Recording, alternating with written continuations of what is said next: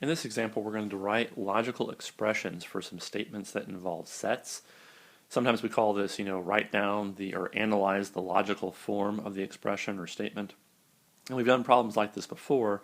The difference in this problem is the statements involving sets that we're going to work with are a little bit more complicated, but our goal is still the same. What we're trying to do is we're trying to introduce what I call the OK symbols, things like for all, there exists, and or symbols, equal symbols, elements of, our conditional and biconditional connectives. Use these logical symbols and kind of get rid of the quote bad symbols, things like set, curly brackets, union and intersection of sets, subsets, power sets, things like that.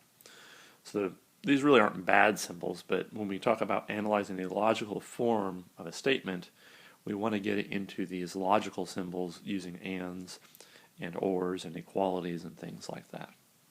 So let's go ahead and do an example. Let's look at this statement right here. This statement says X is an element of the set, and the set is a little bit more complicated than the things that we've seen. It's the union over all little I in the set I, where I is capital, of A sub I union B sub I. So these are what we would call an indexed family of sets. They are indexed on the set capital I, and for every element, little I in capital I, AI is a set and BI is a set. So we don't know exactly what the set capital I is, but in my mind when I think of indexed families of sets, I think of capital I being the set maybe 1, 2, 3, 4, 5, dot, dot, dot, dot, dot. So that would mean every element of I would be something like 1 or 2 or 3. And that means A sub 1 would be a set, A sub 2 would be a set, A sub 3 would be a set, etc. And the same thing for B. B sub 1, B sub 2, B sub 3, these would all be sets. Now that's one specific concrete example of what I could be. I could be something completely different. It could be the set 1, comma B, comma Z, right? And then we would have sets A sub 1 and A sub B and A sub Z. Because I is very general, it's just some set, and we're just indexing according to it. But usually I think of I just being a list of numbers to help picture this. Alright, so back to our goal. We're going to try to rewrite this statement, X is an element of this set, using what we called our OK symbols, more kind of logical symbols, ands and for alls and there exists and things like that. So what am I going to do? Well, first thing I want to do is I want to kind of get rid of this union symbol. So what does it mean for X to be in the union of sets? Because that's really what I have here. This is just a set, so I'm just unioning a whole bunch of sets. So what does it mean for X to be in a union of sets? Well, that means there has to exist one set that it's in, right? So what does it mean for there to exist at least one of these that I'm in? Well, that means there has to be some index in my set I where X is in that set. I don't know which one it is, but by saying that I'm in this union, that's equivalent to saying there exists some I in the index set I such that X is in AI union BI. So this is a logically equivalent statement, and in some sense you can think of it as we've removed the union symbol and replaced it with this equivalent statement. Okay? So let's keep going, because even though we got rid of this union symbol, we now still have this one here. So what can we do next? Let's try to get rid of that. What does it mean for X to be in the union of things? Well, by definition, X in AI union BI means that X is in AI or X is in BI. So all I've done is use the definition of union to rewrite this inner statement, and that's essentially removed the set union and replaced it with this logically equivalent statement. Okay. Is there anything else we can do?